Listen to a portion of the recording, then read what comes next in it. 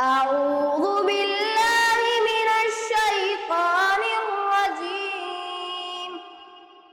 بسم الله الرحمن الرحيم.